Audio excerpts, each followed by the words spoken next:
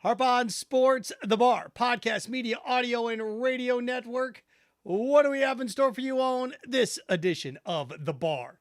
A little collective cash chaos, name, image, and likeness, the student athletes, a chance to make some money off of themselves. Well, guess what? It's been corrupted. By who? The universities and the programs of athletics all across the country. Yes, it's been bastardized. Finally, it's been bastardized. How? Look at Notre Dame. Notre Dame, to me, is the cherry on the sundae that pushes this thing over the top, where we all have to look around and go, they ruined it. It's ruined already. Hadn't even been around for 2 years. It's been ruined already. Now, I'm all in favor of athletes getting paid. You bet I am.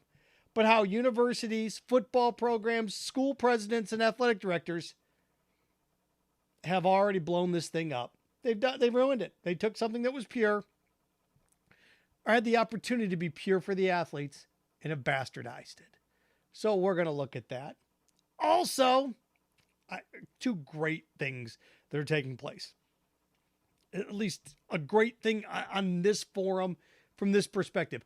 Colin Kaepernick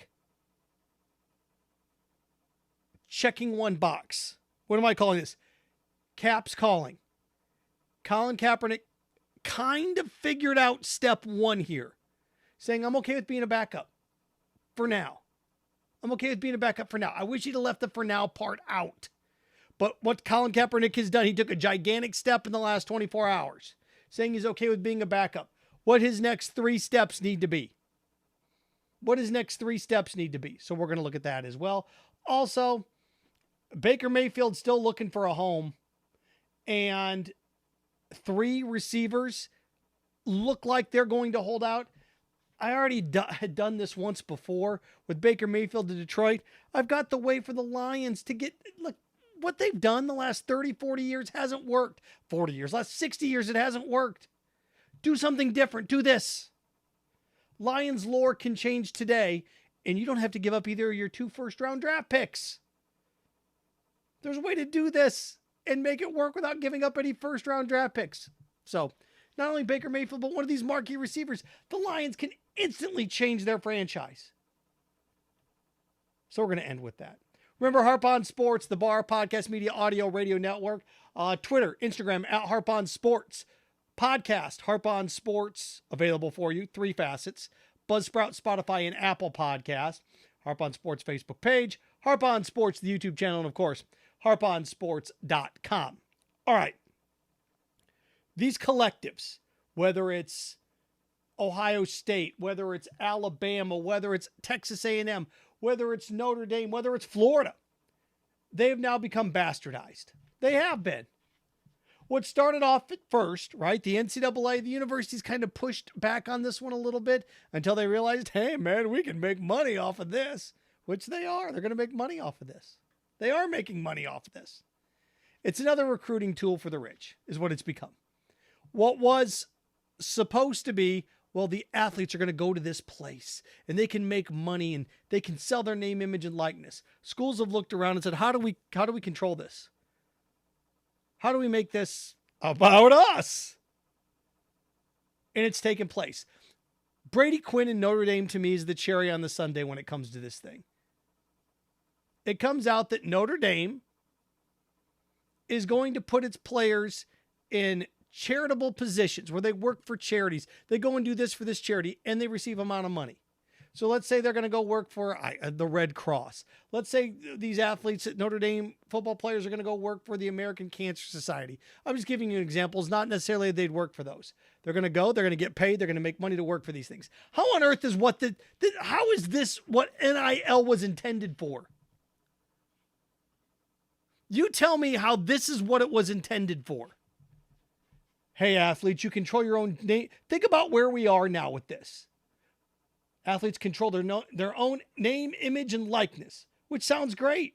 But now it's turned into Notre Dame finding charitable positions within charities and paying the players for going and working for those charities. That's what this was about. Taking money from charities to put money in football players' pockets. That's where it is now. It is. It's where it is. You can't tell me that that's a good thing. Because it's not. It's not. What this was intended for was for an athlete on the weekend or whenever to go somewhere, do some work, make some money, sign some autographs, and there you go. It's not what it is now. What it is now, it's about universities hoarding money, athletic departments hoarding money. Oh, we're the collective. We're the Irish collective. We're the Ohio State collective. And all you got to see, it's about profit raising. It's almost like an athletic figure raising money for the athletic department. But instead of the athletic figure raising money for the athletic department, they're raising it for these collectives. Urban Meyer's in charge of the Ohio State one. Brady quit at Notre Dame. Well, you're just going to pick your biggest athletes, stick them there, give a bunch of people to give money. Meanwhile, the university sits on that money. It accrues interest. They make money on that money. How long is it going to take before athletic departments start dipping into the collective money for other things? Because if it's about the athletes, you can sit there and say, oh, we needed that $1 million that went into the collective. We needed to use this for athletes. We're going to use that money and borrow it against its own. If it's name, image, likeness, it's not necessarily charity money, but it's money that's not taxed. It's dirty as hell. When Nick Saban came out, and I want to get this correct, Nick Saban came out and said that this thing, we've lost control of it. He's right. The intention of this thing is gone. Athletic department sat around and go, wait a second. You know that scene from Animal House? There's a lot of them, right? Where Niedermeyer is punishing Flounder and says, and is it Boone? That he's having the discussion. He is? Yeah, come on. With, come on. I can't believe I'm blanking here. I just want to say, I don't know why I want to say Ostriker, that's wrong. But when you're, again, Boone's the one that says it in Animal House. I'm going down a wormhole here. But he sits there, they can't do that to our pledges. Only we can do that to our pledges. That's what this has become. They can't do that to our pledges. Only we can do that to our pledges. That's what these collectives have done. They goes, wait a second. We need to get a part of this. How do we get some of this? Again, you tell me how Notre Dame, having their athletes go out and work for a charity, having the charity pay for them to come work for them. Oh, it's raising awareness for the charity. Uh-huh.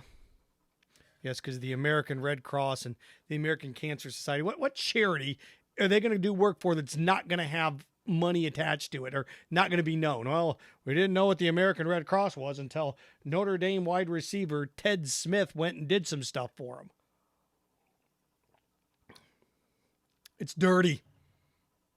It's dirty. And it's dirty because the universities and athletic departments got their fingers involved with it. They plunged their hands into the filth. They did. Both hands, boom, into the filth. Dirty. Well, what would you want, Seth? Oh, look, the schools are going to look out for the players' best interest. No, they're not. They're looking out for their best interest. What happens now? Now it's a recruiting tool. Hey, come to us. Look what we did. Look at the collective here at insert our school here. Look at all these advertisements we were able to get. Again, how's it about the athletes when the schools are doing all the work? The schools are acting as pimps. The athletic departments are acting as pimps, and they're pimping out their products. Products are you, football players. Supposed to be about you. It ain't.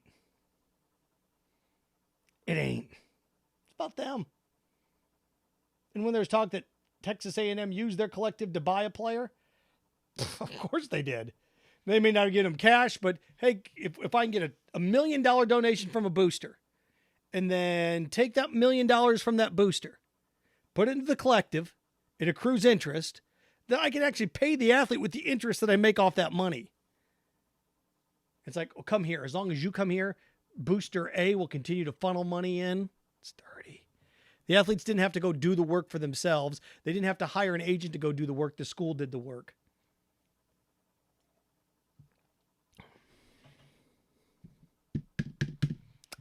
So what was supposed to be something fun for the athletes, a way for them to make money. Look at Notre Dame. Tell me that's right. Using charities to make money. Charities pay athletes. Athletes come work. You tell me that's what this was for. Because it's not. Dirty. Dirty, dirty, dirty. Okay. From that to this. Cleaning up the act a little bit. Colin Kaepernick wants to get back into the NFL. Okay. Well, I wrote it down. Cap's calling card. He actually checked a box on something he needed to do here. Remember a couple years ago, he wanted to come back to the NFL. Okay. Well, we're going to send a bunch of scouts to a workout. We're going to organize a workout, and we're going to send a bunch of scouts, and we're going to go from there. And then Kaepernick no-showed at that workout, remember? And he went and did his own workout in front of... It's like, you don't really want to be a part of this. You just want to create these media events.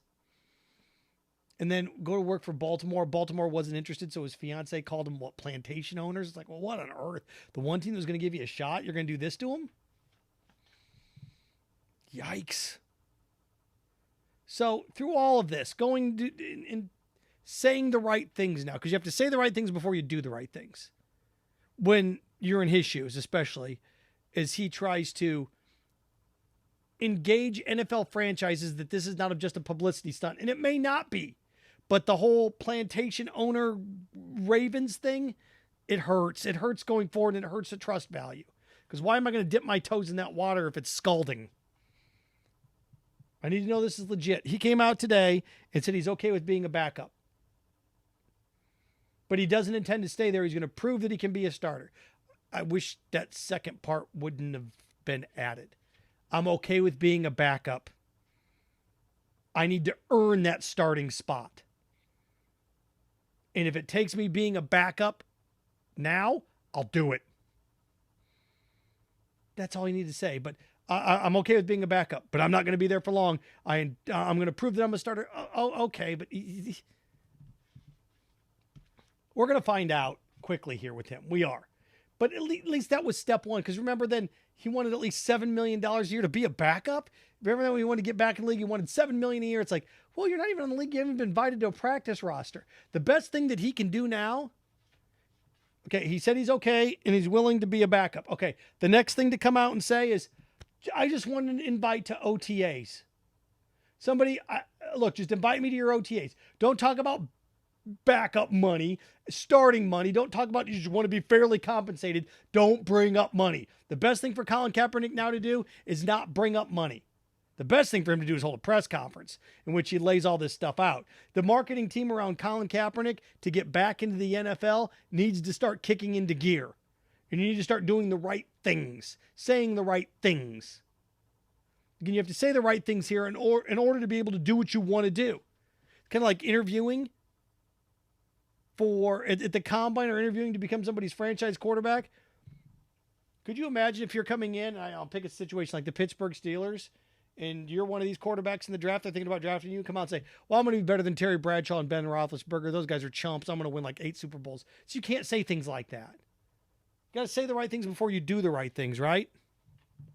Imagine if Tom Brady were being interviewed by the Patriots, 25 years ago and said, you know what, Drew Bledsoe sucks. I'm going to take his job. You can't say it. So in this case, this is how I look at this. The next thing, I just want an invite to camp. If somebody would just invite me to camp. Invite me to camp. Let me show you that I belong. That's the next phase. Don't talk about money. Just ask for an invite to OTAs. Because they talk about camp arms. You get a camp arm in there. Teams draft guys just in the 6th round at quarterback just to throw them in there to be at camp. He's got to be somewhere OTAs. And then after OTAs, proving on what he can do, he doesn't need to sign like a 3-year deal. No. Just ask to be invited to a camp. And then the best thing for Colin Kaepernick is to go somewhere with a proven quarterback where he's not going to be the starter. Why? Because he's going to play the whole preseason. You think Kansas City's going to try Patrick Mahomes out there for 3 games? He's going to play a quarter in one of them. How about Josh Allen in Buffalo? No. How about Lamar Jackson, who's banged up all last year in Baltimore? No. The best thing for Colin Kaepernick to do is try to get an invite to an OTA and take an invite from a team that's got a solid starting quarterback. Why? Because Kaepernick can play the whole preseason. Imagine if Kaepernick, just try this on for size. Imagine if Kaepernick ends up in Buffalo behind Josh Allen. Josh Allen plays 1 quarter the whole preseason. Kaepernick plays 10 quarters. And in those 10 quarters, he highlights, shows what he can do, is amazing, has a great run. Now he's the backup quarterback sitting around, and what's going to happen at that point? Maybe a team will come along and go, you know what? We're missing it. We need to get somebody in here. Kaepernick, look what he did in Buffalo. Maybe they won't. Maybe they'll sit there and say, well, you know what? I don't know. Then that way then if that doesn't happen, then he's behind Josh Allen for the whole year. And you can substitute Baltimore with Lamar Jackson. You can substitute Kansas City with Patrick Mahomes. Denver. You can substitute Denver with Russell Wilson. Actually, for Colin Kaepernick, that's where you want to go. Because Russell Wilson's been hurt in each of the last 3 years, right? He's been banged up in each of the last 3 years. Colin Kaepernick should be doing everything in his power to angle to be a backup behind Russell Wilson in Denver. But again, just come out, say, I want an invite to camp. Somebody invite me to OTAs. I want to get back on the field. And then find a place in the preseason, pick a team if you can, where the other starter is, because you don't want to get into one of these things where it's like, well, he wants to go to a place where he can compete for the starting job. Why? So he can play in like 4 quarters the whole preseason? Got to go to a place that's got a solid quarterback that's not going to play very much. Buffalo, Denver, Kansas City, Baltimore. And I'm sure there's more out there. Dallas. That's another one. So that's Cap's calling card. Last, we are a week away from the draft. The Lions lore. The lore of the Lions. I bring this up because they're still trying to find a place for Baker Mayfield. The Carolina Panthers are interested. They're not interested. Baker doesn't want to go there. I've mentioned time and time again, the Lions are the perfect destination, even though they're paying Jared Goff $30 million a year. He's not a long-term solution there. They're kind of stuck with him. I still think if they have Baker and Jared Goff, again, all you are is one banged up quarterback away, depending on the team. I mean, let's say, God forbid, let's say Justin Herbert breaks his hand in the preseason. Then, oh boy, if you are Detroit and you've got Baker and Jared Goff, hey man, take Jared Goff. We'll give him to you for a 6th-round pick. You just pay that salary the rest of the year. See what I'm saying? Again, I'm doing worst case scenario. What if no quarterback gets hurt? Then you're stuck with both of them. But there's a way for the Lions to build this going forward. Baker Mayfield's a good quarterback. He was hurt this year, trying to do too much. And Detroit needs that attitude that he has. They do. I thought Cleveland needed it too. Oh, it wore thin after a while. The Browns were somebody that didn't know what they got. Then they got him. And Deshaun Watson, who knows if this is going to work out. Not exactly Deshaun. Deshaun didn't win very many playoff games with the Texans and DeAndre Hopkins, did he? None. Will Fuller at receiver too. None. They didn't win squat. So before y'all jump onto that harness or throw that harness around that thoroughbred, I really believe that the Lions can do this without giving up the 2nd or 32nd pick. Again, you have a bunch of wide receivers that are holding out. But Metcalf's holding out, or at least not showing up to voluntary workouts. The other one, A.J. Brown. If I were the Lions, again, this is my idea, 34th overall pick. So the 2nd pick in the 2nd round and a 4th. 34th overall into 4th to the Titans for A.J. Brown. And then you make A.J. Brown a Stephon Diggs offer. 5 years, 100.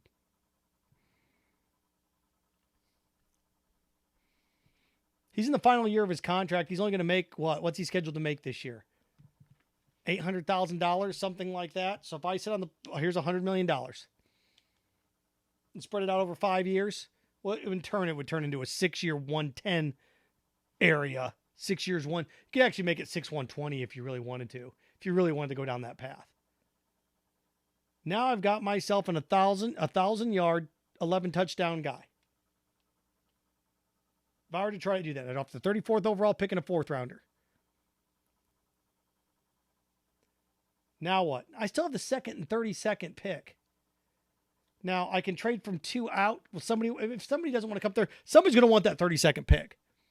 And you could get, if somebody's moving up from, again, bad example, if somebody wants to come up from 40 or from 42 to 32, okay, then I get the 42nd pick and I get your 2nd round pick next year. Now I've gotten my pick back next year, but I've got my pick back.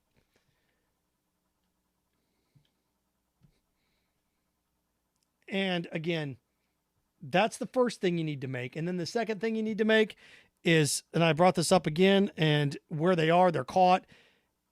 If I were the Lions, I would offer the 96th overall pick, 3rd rounder this year, and a 3rd next year, 2/3. 3rd this year, 3rd next year. 2/3 for Baker Mayfield. That 3rd will become a 2nd if we make the playoffs. Or he goes to the Pro Bowl. I would set it up like that. And then again, you can trade from the 2nd, the last pick in the 1st, into the 2nd and accumulate other picks and move around from there. Again, A.J. Brown, 34th overall pick and a 4th rounder. 34th overall pick, 4th rounder. Get A.J. Brown, give him a 5-year, $100 million deal. Stephon Diggs deal, Buffalo. And then I'd trade a 3rd this year and a 3rd that becomes a 2nd next year for Baker. You had Baker Mayfield and A.J. Brown, and you get both 1st-round picks. But the Lions won't do that. They'll take a flyer on somebody and draft Desmond Ridder. Reason they've won one playoff game in 50 years. Harp on Sports, The Bar, podcast, media, audio, radio network. Follow, share, like, subscribe at Harp on Sports Twitter, at Harp on Sports Instagram, Harp on Sports The Bar, Buzzsprout, Spotify, Apple Podcast, Harp on Sports Facebook page, Harp on Sports the YouTube channel, and of course, harponsports.com. Remember, stay clean, stay focused, stay strong. Frankenstein. Have fun with your friends.